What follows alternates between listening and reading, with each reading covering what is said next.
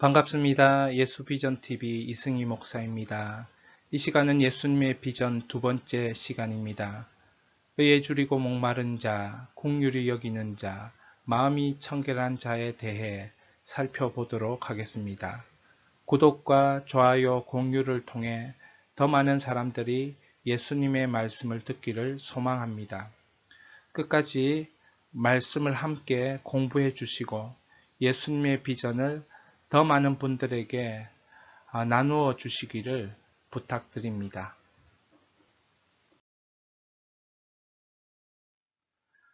의에 줄이고 목마른 자는 복이 있나니 그들이 배부를 것이니요.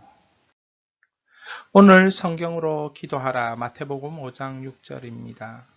의에 줄이고 목마른 자는, 줄이고 목마르다. 어떤 의미일까요? 사람은 결핍의 존재입니다.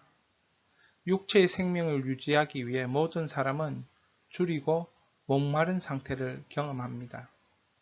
이윤즉슨 육체의 생명을 유지하기 위해서 만약 배가 배고프지 않다면 먹으려고 하지 않겠죠. 배가 고프기 때문에 먹으려 하는 것입니다.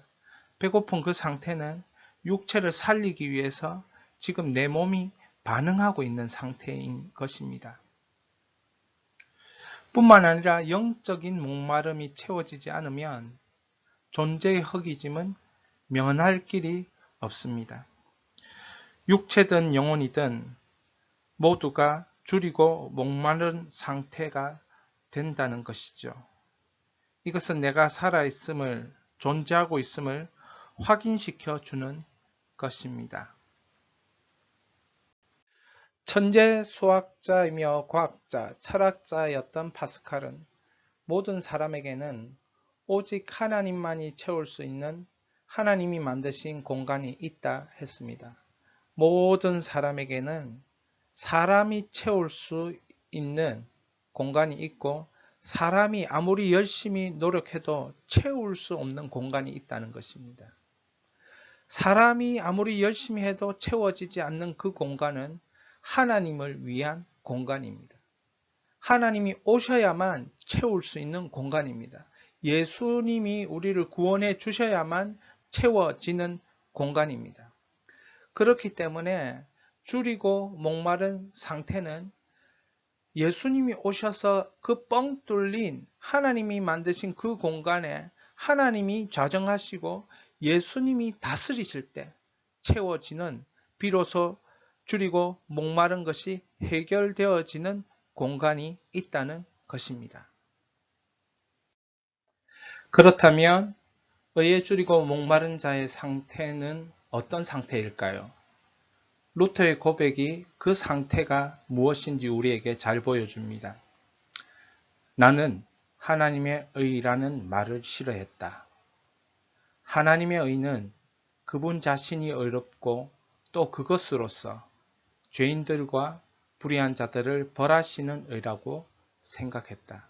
루터는 생각하기를 하나님의 공의로 죄인과 불의한 자들을 벌하시는, 심판하시는 하나님의 의라고 생각했던 것입니다. 루터의 고백을 계속 들어보도록 하겠습니다. 나는 매우 극단적으로 근심에 빠진 양심을 가진 죄인이었다. 나는 죄인을 벌하시는 하나님을 싫어했다. 나는 격렬하게 불평했고 하나님께 화가 나 있었다. 나는 사납고 불편한 양심을 가지고 분노하고 있었다. 루터의 영적 상태였습니다. 하나님의 공의를 생각할 때 그 공의를 만족시키지 못하는 자신을 바라보면서 자신에 대해 화가 난 것이 하나님께도 그대로 표현되고 있는 모습을 발견합니다. 계속해서 루터는 자신의 모습을 이렇게 말합니다. 나는 착실한 수도사로서 수도원의 계율을 철저히 지켰다. 그래서 수도원 훈련을 통해 천국에 갈 수도사가 있다면 바로 내가 그런 수도사라고 자처했었다. 수도원에 함께 있던 다른 모든 동료들도 그 사실만은 인정해 줄 것이다. 루터가 다른 사람들과 비교해서 자신이 어떠한 사람이다 라고 그런 말들을, 고백들을 했습니다. 과연 하나님이 보실 때 이것이 하나님이 받으실 만한 의가, 공의가 될 수 있을까 질문하면서 루터의 모습을 한번 생각해 볼 수 있기를 바랍니다. 루터는 다른 사람과 비교해 볼 때 자기는 괜찮은 사람이라고 생각을 했습니다. 그러나 여전히 자신의 마음속에는 만족함이 없었습니다. 다음 고백입니다. 그런데 어찌된 셈인지 내 양심은 그러한 확신을 가질 수가 없었고 항상 의심이 일어날 뿐이었다. 그때마다 내 양심의 소리는 내가 옳게 한 일이 무엇이냐? 너의 통회하는 마음은 아직 충분치 않아. 너는 고백한다 하면서도 그걸 빼먹었잖아. 라고 지적하는 마음의 소리를 항상 들었습니다. 그러니까 다시 말하면 괜찮은 사람, 열심히 노력하는 사람, 다른 사람하고 비교해서 뛰어나지만 하나님이 보실 때, 그리고 자기 양심을 볼 때는 자기 자신의 하나님의 의를 만족시킬 만한 충분한 열심이 아니었다. 이렇게 생각하는 거예요. 충분한 열심이 아니다. 여러분, 이게 충분한 열심의 문제에서 느껴지는 영적 상태일까요? 한번 계속해서 우리 루터의 고백을 듣겠습니다. 이렇게 불확실하고 연약한 채로 남아있는 공경에 빠진 양심을 인간의 전통으로 치유하려 하면 할수록 나의 양심은 날이 갈수록 더 불안해지고 연약해져서 공경의 늪으로 빠져 들어갈 뿐이었다. 아무리 열심히 노력했는데 줄이고 목마른 상태가 해결되지 않습니다. 그렇게 열심히 하나님 앞에 나아가려고 하고 자기 죄를 고백했음에도 불구하고 영적인 배부름, 영적 만족이 없는 것입니다. 여러분, 왜 그럴까요? 여기에서 루터는 큰 깨달음을 얻게 됩니다. 성령의 빛을 경험하게 된 것이죠. 진리의 빛을 경험한 것입니다. 루터는 왜 날이 가면 갈수록 마음이 더 불안해질까? 왜 더 연약해지고 공경에 빠지는 걸까? 자신의 모습을 보면서 아무리 열심히 해도 안 되는 자신의 모습을 보면서 깊은 고민에 빠졌습니다. 그러면서 그는 하나님의 의에 대하여 다시 깨닫게 되었습니다. 하나님의 의는 선물로 주신 의라는 것을 깨달았습니다. 이 내 속에서 나오는 의가 아닙니다. 내가 만들어내어서 하나님을 만족시키는 의가 아니고 이 의는 하나님께서 우리에게 주시는 의입니다. 선물로. 내 속에서가 아니라 밖에서부터 나에게 주시는 의입니다. 바로 예수 그리스도라는 말이지요.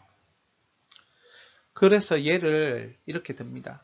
어미닭이 새끼 병아리들을 그 날개로 품어 안듯이 하나님은 그의 의로 우리를 감싸 주시는 것이다. 이것은 나의 노력으로 의가 생기는 것이 아니다라는 것을 말해줍니다. 하나님이 나를 찾아와 주셔서 안아주시는 그런 의가 있다는 겁니다. 다시 한번 하나님의 의에 대하여 루터가 깨달은 것은 무엇인가? 우리는 의롭지 못하지만 하나님은 우리를 보호하시고 치유하시는 의를 부여하셔서 그 의를 힘입은 우리는 거룩한 모습으로 성숙해 가기 시작한다. 자, 무슨 말입니까? 우리는 의롭지 못하지만 루터가 느낀 영적 상태, 왜 나는 열심히 노력하고 애쓰는데 하나님의 하나님의 의를 만족시킬 수 없을까? 오히려 노력하면 노력할수록 불안하고 염려하고 더 연약해지고 왜 이것을 계속 반복적으로 경험하는가? 자, 루터는 의가 자기 속에서 나오는 것이 아니라는 것을 깨닫게 된 것입니다. 의라는 것은 하나님이 우리에게 주시는 것입니다. 하나님이 우리에게 선물로 주시는 것입니다. 하나님이 우리에게 생명으로 찾아오게 하시는 것입니다. 바로 예수 그리스도가 그 일을 하시는 것입니다. 의가 되신 하나님의 완벽한 의가 되신 예수 그리스도께서 생명으로 우리 안에 찾아오셨습니다. 그 의 되신 예수 그리스도가 우리 속에 계시니까 이제 내가 하나님을 만족시킬 수 있는 자가 된 것입니다. 내가 아니라 내 속에 계신 의 되신 예수 그리스도 때문에 하나님이 만족하시는 것입니다. 아들 예수 그리스도가 나를 위해서, 나의 죄를 위해서 죽어 주셔서 그 죄에 대한 대가를 지불하셨기 때문에 이제 하나님이 나를 볼 때 하나님이 나를 만족하시는 것입니다. 그러니까 내가 열심히 노력해서 하나님의 그 심판의 의를 만족시킬 수 있는 것이 아니라 생명 대신 예수님의 의가 내 안에 들어왔기 때문에 이제 하나님을 만족시킬 수 있는 의가 예수 그리스도로 말미암은 그 의가 내 안에 생긴 것입니다. 그래서 그 의가 우리를 보호하고 나를 보호하고 그 의가 나를 치유하고 그 의 안에서 나는 거룩한 모습으로 성장한다는 것입니다. 이것이 루터가 깨달은 이신칭의입니다. 하나님이 나를 어렵다라고 칭해 주시는 거죠. 뭘로요? 예수 그리스도를 믿음으로 말미암아 나를 의롭다고 인정해 주시는 것을 깨달은 것입니다. 하나님의 의 예수 그리스도, 그분이 우리 안에, 내 안에 들어오셨습니다. 예수 그리스도는 생명 되십니다. 생명 되시는 예수 그리스도, 의의 생명 되신 예수 그리스도, 이것이 우리 신앙에 있어 어떤 역할을 하는가? 마치 심장은 매분 72회 정도 뛰면서 5리터의 혈액을 온몸으로 보내기 위해 하루에 약 10만 회를 뛰고 평생을 70년이라고 생각할 때 약 26억 회를 박동하면서 1억 8천만 리터의 혈액을 순환시킨다. 그런데 이 심장이 뛰게 하는 힘은 결절이라는 근육세포가 전기 자극을 일으킴으로 가능한 것이다. 하나님의 설계요, 하나님의 디자인이다. 이게 무슨 말입니까? 심장이 우리가 명령을 내리지 않아도 결절 근육 때문에 뛰면서 온몸에 피를 평생토록 공급한다는 것이죠. 마치 의 되시는 생명, 예수 그리스도께서 우리의 심장, 신앙의 심장이요, 온 세계 만물의 심장이 되시는 예수 그리스도께서 내 안에 들어와 계십니다. 온 우주를 창조하신 예수 그리스도께서 영적 심장으로 내 속에 들어와 계십니다. 그래서 그분이 마치 결절 근육이 벌떡벌떡 뛰면서 온 몸에 피를 공급하듯이 예수 그리스도의 의가 내 몸에 생명으로 들어와서 그 영적인 모든 것들을 공급한다는 거죠. 생명되는 하나님의 생명되는 모든 것을 나에게 공급하는 것입니다. 그것이 나의 몸속에 흐를 뿐 아니라 내 머릿속에 흐르고 내 인생 속에 흐르고 그러면서 내 인생 자체가 하나님의 의 안에서 의신 예수 그리스도 안에서 살아가게 만드는 것입니다. 그러니까 거기서 보호가 일어나고 거기서 치유가 일어나고 거기서 능력이 나타나고 하나님의 영역 주권이 되어지고 하나님의 통치가 있고 하나님의 다스림이 있다는 것입니다. 그래서 이것이 하나님의 설교요, 하나님의 디자인이 되는 것입니다. 이제 정리합니다. 동일하게 복음 속에 있는 하나님의 의도, 심장이 뛰듯 계속해서 우리의 삶에 뛰고 있다. 하나님의 의를 이루기 위해서이다. 이것이 하나님의 지혜다. 우리의 최종 목표, 골은 하나님의 의를 이루기 위함입니다. 자, 이것이 하나님의 지혜로 어떻게 우리 가운데 이루어졌습니까? 이신칭의로 이루어진 거예요. 내 마음에 의 대신, 하나님의 의 대신, 하나님의 완벽한 의가 되신 예수 그리스도가 생명으로 들어왔어요. 그러니까 그 생명은 어떻게 합니까? 역사를 일으키죠. 자연적인 생명은 어떻게 합니까? 육신이 자라도록 역사를 일으키고, 생명 대신 의 대신 예수 그리스도는 뭡니까? 의의 역사를 일으키는 거예요. 마음을 완벽한 하나님의 의로 바꾸고, 그 다음에 삶을 하나님의 의로 바꾸고, 그래서 계속해서 의 대신 예수 그리스도의 생명의 역사가 내 안에 일어나고, 내 말에 일어나고, 내 생각에 일어나고, 나의 관계에 일어나고, 나의 삶에 일어나고, 내가 다니는 교회에 일어나고, 그 다음에 나의 인생을 덮고 있고, 이렇게 계속해서 하나님의 의의 역사가 일어나는 것입니다. 완벽하신 하나님의 의가 되신 예수 그리스도의 생명이 내 안에 들어왔기 때문에. 그러니까 여러분 속에, 내 속에 하나님의 의신 예수 그리스도가 들어왔다는 것이 하나님의 지혜요, 하나님의 능력이요, 하나님의 섭리인 줄 믿습니다. 그래서 의에 줄이고 목마른 자는 복이 있나니 그들이 배부를 것이며,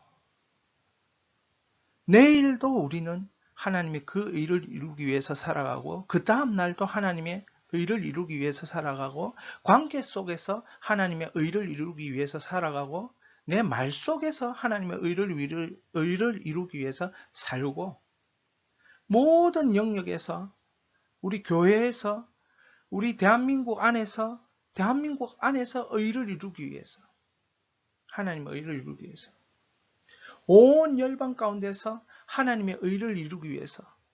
그러니까 예수 그리스도를 증거하는 것은, 하나님의 완벽한 의신 예수 그리스도를 증거하는 것은 그 생명을 주는 것이고, 그 생명의 역사가 결국 하나님의 의가 온 우주 만물을 덮게 만드는 것입니다. 할렐루야.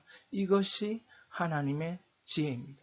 그래서 우리는 지금부터 의에 줄이고 목마른 상태를 계속해서 간절히 찾고, 거기서 하나님의 의가 나타나도록 계속 구하는 믿음의 삶을 사셔야 됩니다.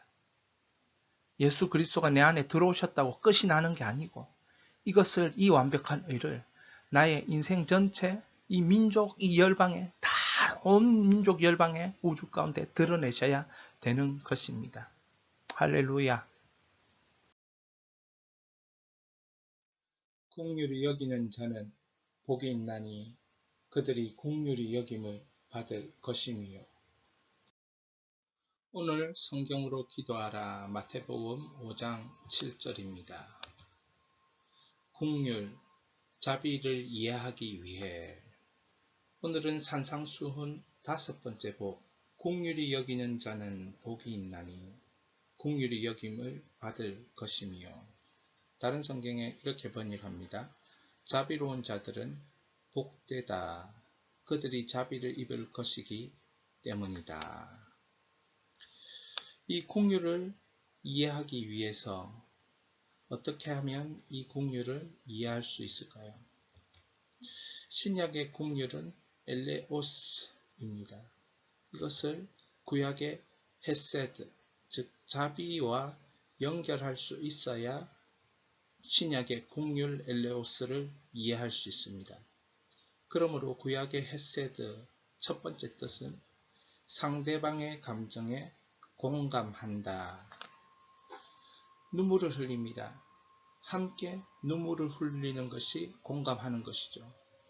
아파합니다.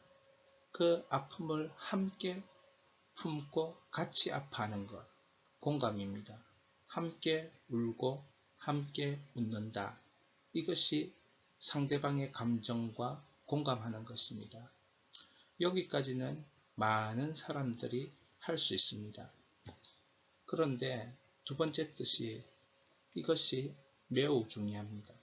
다른 사람의 불행한 처지를 원래의 상태로 복구시켜 주려고 친절과 자비로 성실하게 행동한다, 도와준다.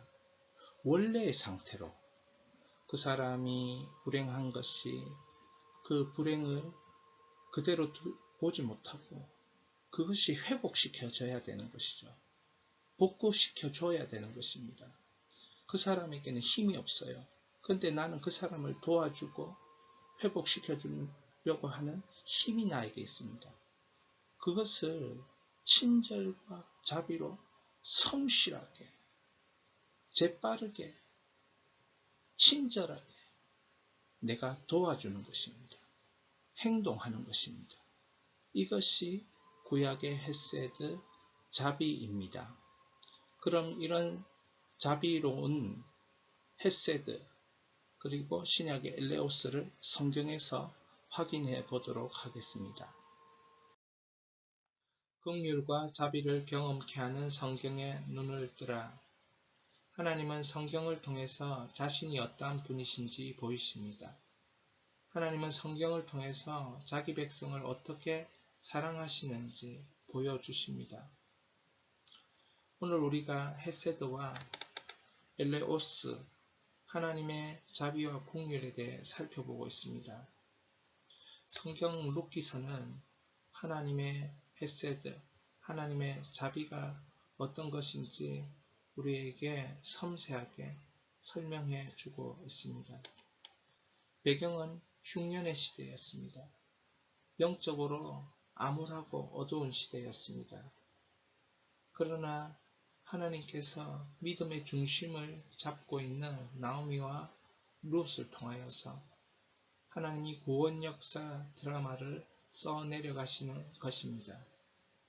빈손으로 베들레헴에 돌아온 시모 나오미와 며느리 룻 두 사람을 통하여서 어떻게 해야 될지 모르는 그들이 무엇을 해야 되는지, 어떻게 해야 되는지, 그들이 무엇을 하고 어떻게 하고 그것이 아니라 하나님께서 보아스라는 한 사람을 통하여서 하나님이 친밀하게 하나님이 자비를 베푸시는 하나님의 회복과 그 성실함이 나타나는 그런 구원 역사가 되는 것입니다. 그런데 놀랍게도 한 가정을 축복하시는 그런 내용을 뛰어넘어 하나님께서 예수 그리스도의 오심을 예비해 주시는 그러한 과정이었다는 것입니다. 헤세드 하나를 그냥 헤세드로 만들어 가시는 것이 아니고 하나님께서는 그 이후에 하나님의 목적과 놀라운 계획과 목표가 있다는 것을 보게 됩니다. 결국 룻을 통하여서 위대한 왕 다윗의 왕의 계보를 이어가고 그것이 천년 후에 예수 그리스도의 구원의 역사를 계보를 써내려가는 세계를 열어가는 놀라운 하나님의 드라마였습니다. 뿐만 아니라 신약에서는 강도를 만난 자, 여러분 강도를 만난 자를 어떻게 하나님이 엘레오스, 긍휼을 베푸시는지 유대인이나 레위인이나 이런 하나님의 선민이라고 말하는 사람들은 긍휼을 베푸는 그 일에 나서지 못했지만 선한 사마리아인을 통하여서 하나님의 엘레오스, 긍휼히 여기는 자는 긍휼히 여김을 받을 것이다. 그 말씀을 실천해 주시는 하나님의 성실한 사랑을 보는 것입니다. 결국 이 두 사건은 나에게 일어날 하나님의 은혜이자 하나님의 능력이라는 사실을 우리의 삶을 통해서 확인하게 될 것입니다. 하나님의 엘레오스, 긍휼 자비는 긍휼히 여기는 자는 긍휼히 여김을 받게 되고 자비로운 자들은 자비를 입을 것입니다. 그것은 하나님이 시작하셨기 때문에 내가 긍휼할 수 있고 하나님이 자비하시기 때문에 내가 자비롭게 살 수 있다는 말입니다. 그러면 하나님의 엘레오스는 어떻게 우리의 삶에 기록되는지 확인해 보겠습니다. 하나님을 사랑하고 경외하는 자에게 하나님의 엘레오스, 긍휼과 자비는 주어집니다. 하나님의 엘레오스를 예수님이 왜 말씀하셨는가? 첫 번째, 우리에게 계시되었기 때문에 기대해야 한다. 그러니까 이것입니다. 우리에게 이 말씀을 하시는 이유는 우리가 하나님의 엘레오스, 긍휼과 자비를 기대해라는 말입니다. 두 번째, 우리에게 계시되었기 때문에 하나님께 하나님의 긍휼과 자비를 간구해라는 말입니다. 세 번째, 우리에게 계시되었기 때문에 하나님의 엘레오스, 그 긍휼과 자비를 소망해야 한다. 그래야 하나님의 긍휼과 자비로 내가 살 수 있다.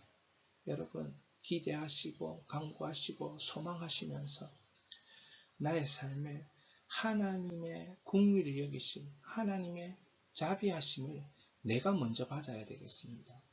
그래야 다른 사람을 내가 긍휼히 여길 수 있고 다른 사람에게 자비를 베풀 수 있는 것입니다. 내 힘으로 하는 것이 아닙니다. 하나님이 시작하셔야 내가 그렇게 할 수 있는 것입니다. 그러니 우리는 하나님께 기대해야 합니다. 하나님께 기도해야 합니다. 하나님을 소망해야 합니다.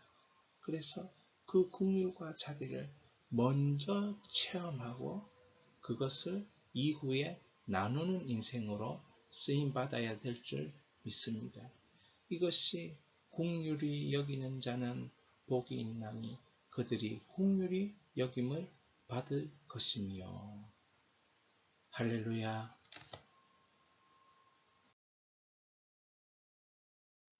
마음이 청결한 자는 복이 있나니 그들이 하나님을 볼 것이며.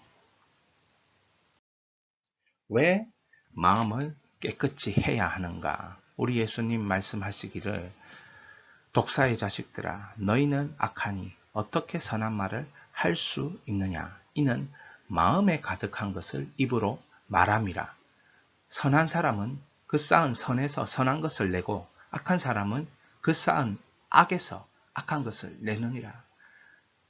우리의 마음에 무엇을 쌓느냐? 나의 마음에 무엇을 쌓느냐? 선한 것을 쌓고 선한 것을 보고 선한 것을 듣고 선한 것을 느끼며 선한 것이 나오고 선한 삶이 되고 선한 영향력을 주고 악한 것을 보고 악한 것을 듣고 악한 것을 느끼며 악한 것이 마음에 쌓이면 악한 영향력을 주고 악한 영향력을 받고 악한 열매를 먹고 악한 사람으로 삶을 타락으로 이끌어 가는 것입니다. 그러니까 우리 예수님은 마음에 쌓이는 것이 깨끗해야 한다. 지금 그렇게 말하고 있습니다. 지금부터 우리가 해야 할 일은 마음에 쌓는 것을 무엇을 쌓을 것인가? 하나님께 우리의 마음을 올려드리면서 말씀으로 마음을 채워보는 그러한 믿음의 삶을 살기를 축원합니다. 우리 예수님께서 다시금 마음이 청결해야 하는 이유를 확인해 주고 계십니다. 누가복음 8장입니다. 가시떨기에 떨어졌다는 것은 말씀을 들은 자이나 지내는 중 이 생의 염려와 재물과 향락의 기운이 막혀 온전히 결실하지 못하는 자요. 좋은 땅에 있다는 것은 착하고 좋은 마음으로 말씀을 듣고 지키어 인내로 결실하는 자니라. 둘 다 말씀을 듣습니다. 그런데 한 사람은 말씀을 듣지만 마음밭이 염려로 가득해요. 돈 걱정으로 가득해요. 쾌락을 쫓고 싶은 마음으로 가득해요. 이런 사람에게는 말씀은 듣는데 열매가 없어요. 말씀을 듣고 열매 있는 자가 있다니까요. 어떤 사람? 착하고 좋은 마음으로 말씀을 듣는 사람. 말씀을 듣는데 하나님께서 나에게 하실 일을 기대하면서 말씀을 듣는데 하나님의 말씀을 지킬 것을, 순종할 것을, 정말 하나님의 인도하신 가운데 살 것을 소망하면서 말씀을 듣는 거예요. 그러면 반드시 인내로 결실하게 되는 것입니다. 그러기에 우리는 우리 마음을 하나님의 말씀을 듣기 위하여 깨끗이 해야 하는 것입니다. 왜 마음이 청결해야 하는가? 우리 사무엘 선지자를 통하여 다윗 왕을 세울 때의 장면을 한번 확인해 보겠습니다. 여호와께서 사무엘에게 이르시되 그 용모와 키를 보지 말라. 내가 이미 그를 버렸노라. 내가 보는 것은 사람과 같지 아니하니 사람은 외모를 보거니와 나 여호와는 중심을 보느니라 하시더라. 사람이 보는 것과 하나님이 보는 것은 다르다는 것입니다. 사람은 외모를 보고 하나님은 중심을 보십니다. 사람은 용모를 보고 키를 보고 생김새를 봅니다. 그러나 하나님은 깨끗한 중심을 보십니다. 외모를 보시지 않는다는 것이죠. 그래서 하나님이 보실 때 외모가 아무리 출중해도 중심이 아닌 겁니다. 중심이 더럽습니다. 그러면 어떻게 해야 합니까? 하나님은 버립니다. 중심이 깨끗합니다. 하나님은 그런 사람을 선택하여서 하나님의 나라를 맡기는 것입니다. 중심 하나 보고 하나님은 그 나라를 맡기는 놀라우신 은혜를 베푸시는 것입니다. 여러분, 우리 중심을 준비하십시다. 오늘 예수님의 말씀으로 놀라운 하나님의 은혜를 발견합니다. 보십시오. 예수께서 이르시되 내 마음을 다하고 목숨을 다하고 뜻을 다하여 주 너의 하나님을 사랑하라 하셨으니 이것이 크고 첫째 되는 계명이요 둘째도 그와 같으니 내 이웃을 내 자신같이 사랑하라 하셨으니. 여러분, 마음 되어야 목숨 되고 뜻을 다하는 삶을 살 수 있고 하나님을 사랑할 수 있습니다. 마음 안 되면 목숨을 다하고 뜻을 다하여 하나님을 사랑하는 게 안 됩니다. 그러니까 마음이 되어야 되는 겁니다. 마음이 준비되어야 돼요. 마음이 깨끗해야 하나님 사랑할 수 있습니다. 마음이 깨끗해야. 자, 해결됐다. 뭐가 해결됐습니까? 두 가지만 있으면 해결됩니다. 하나님 말씀 있고 깨끗한 내 마음 있고 그러면 해결됩니다. 내 마음이 하나님이 사랑하는 마음이고 하나님 말씀이 내 마음에 떨어지면 해결됐다 되는 것입니다. 여러분, 그래서 마음에서 출발하는 것이죠. 이게 모든 것을 이룰 수 있는 하나님의 통로이라는 것을 깨닫습니다. 하나님 말씀을 붙잡으십시오. 하나님 말씀 마음에 심으십시오. 깨끗한 마음으로, 좋은 마음으로, 착한 마음으로 심으십시오. 반드시 하나님이 해결됐다 은혜를 주실 줄 믿습니다. 자, 그러면 우리가 무엇을 해야 하느냐? 이제부터 마음 관리를 목숨처럼 관리해 줘야 한다. 마태복음 5장 8절 마음이 청결한 자는 복이 있나니 그들이 하나님을 볼 것이며. 우리 하나님을 보면 됩니다. 어떻게 봅니까? 마음으로 하나님을 보면 됩니다. 마음으로 선포하시는 하나님 말씀을 보면 됩니다. 마음으로 그 말씀이 이루어진 것을 보면 됩니다. 그러면 마음 관리가 되면서 하나님의 임재가 그곳 가운데 나타나는 것입니다. 자, 보십시오. 이것은 충만의 삼각형, 제가 이름을 붙였습니다. 마음이 머무는 곳이 결국은 인생이 결정되는 것입니다. 그러니까 마음에 무엇을 쌓느냐가 인생을 결정하는 거예요. 우리 뇌는 하루에 5, 6만 가지 생각을 한다고 하는데 75% 이상 부정적인 생각이에요. 그러니까 그 부정적인 생각을 그냥 하도록 내버려 두면 안 된다는 거죠.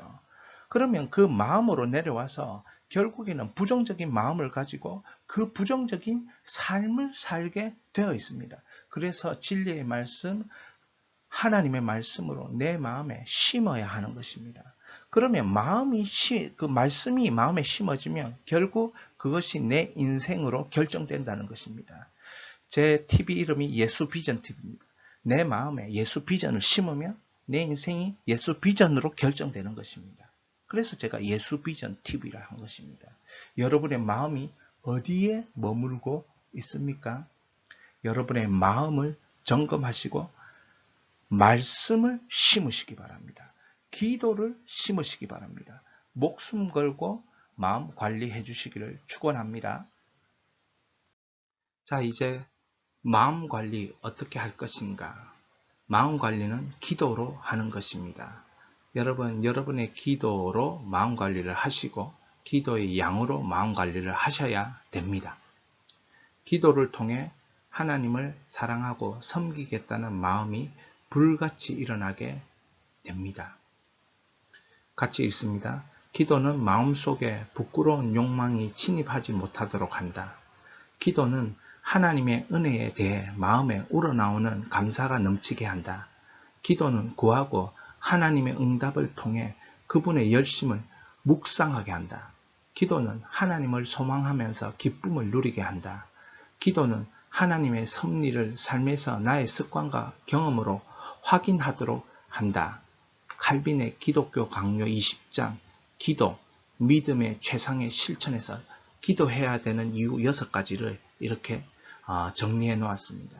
여러분, 이걸 보시면서 기도해야 합니다. 그래야 여러분의 마음 관리가 됩니다. 해결됐다. 하나님의 선포하는 말씀과 여러분의 마음만 있으면 됩니다. 여러분의 청결한 마음만 있으면 됩니다. 하나님의 선포의 말씀과 여러분의 청결한 마음, 그것만 있으면 다 됩니다. 이것이 하나님 나라를 통치하시는 방법인 것입니다. 마지막으로 마태복음 5장 6절, 7절, 8절 말씀을 함께 선포하고 마치겠습니다. 의에 줄이고 목마른 자는 복이 있나니 그들이 배부를 것임이요. 긍휼히 여기는 자는 복이 있나니 그들이 긍휼히 여김을 받을 것임이요. 마음이 청결한 자는 복이 있나니 그들이 하나님을 볼 것이며. 오늘 여기까지 예수님의 비전 2번째 시간이었습니다. 예수님의 비전이 우리의 비전이 되고 예수님의 비전이 나의 비전이 되어 나를 살리고 우리를 살리고 세상을 살리는 소명자 되시기를 바랍니다.